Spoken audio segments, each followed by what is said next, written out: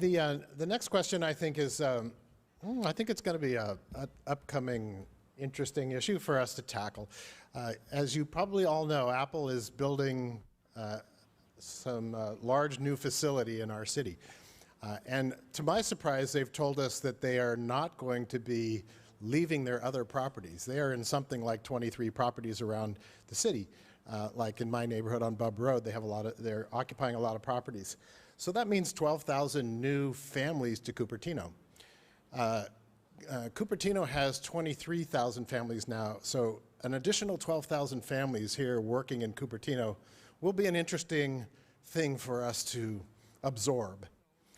And the question today is about what are we going to do about housing? Shall we put them up in the hills? We've got some great hills that have very few homes in them.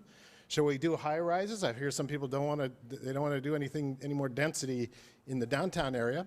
Or shall we run them up and down on 280, because 280 has no congestion, we can just have them all live somewhere in another community. But those seem to be our three choices for these 12,000 new families here in Cupertino.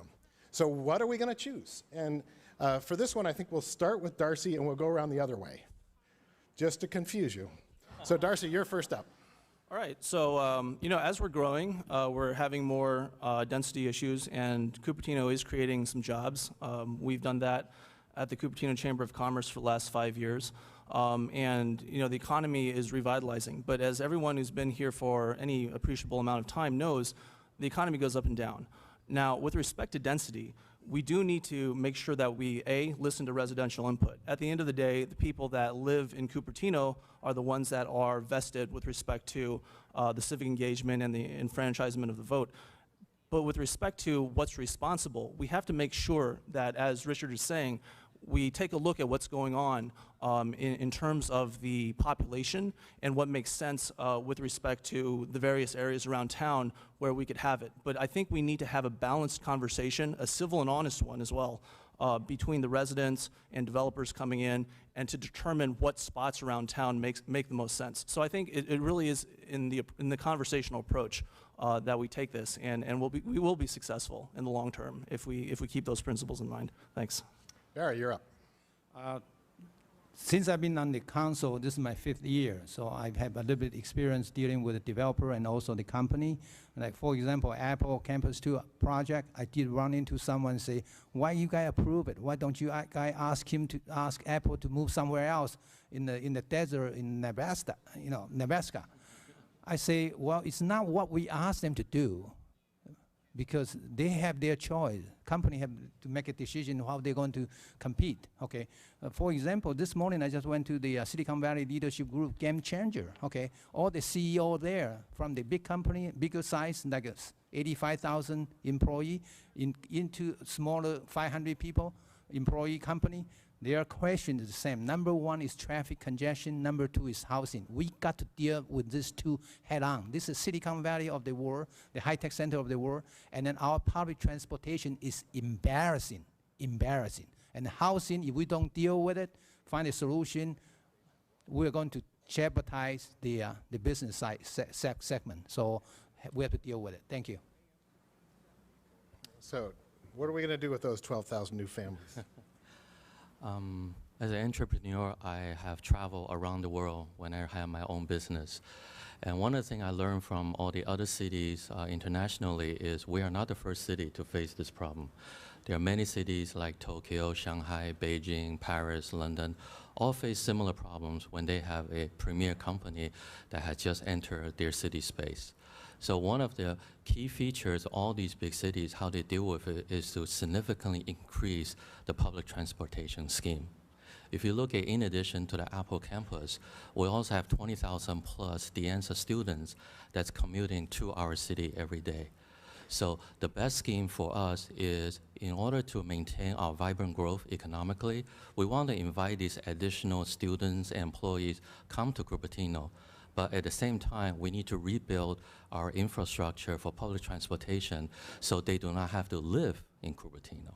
Thank you. Very good. We're down there at your end, Savita, if you didn't see. Just imagine if Steve Jobs hadn't come to the City Council and told us about the spaceship campus. We would not have it.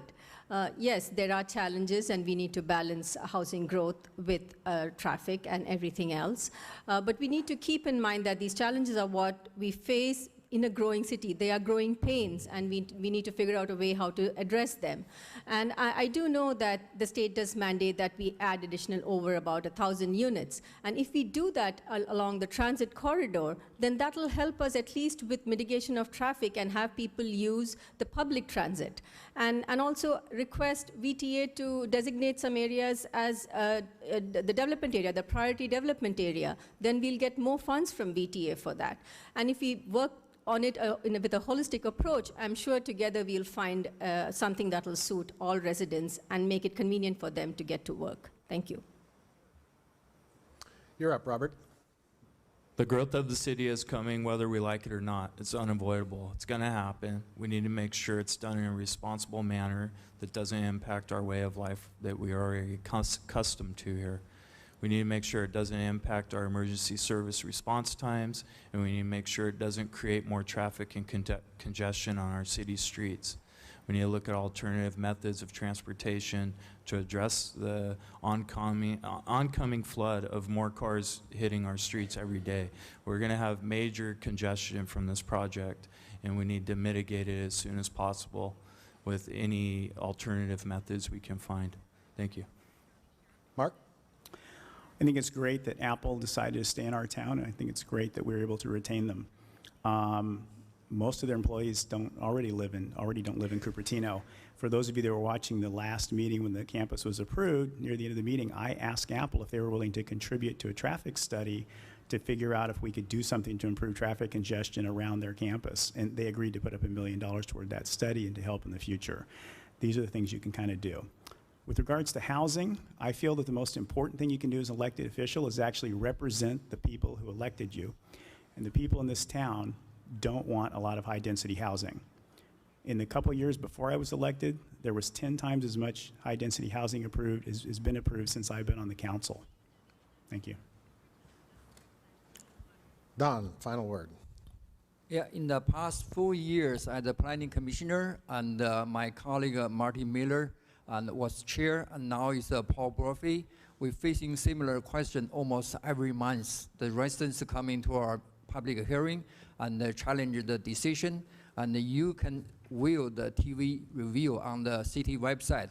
Every time we vote, we visit the site, take a look at the decision, balance the interest of our community and the development. We want the city develop smartly, and we cannot fully stop the development, but we want the city grow smartly, moderately. I've been on the planning commission for 4 years, and also I have experience on the city planning experience. I think it's in the next 5-10 years, in the general amendment, general plan amendment, we can observe all the public opinions and put together. I believe we can grow smartly. Thank you.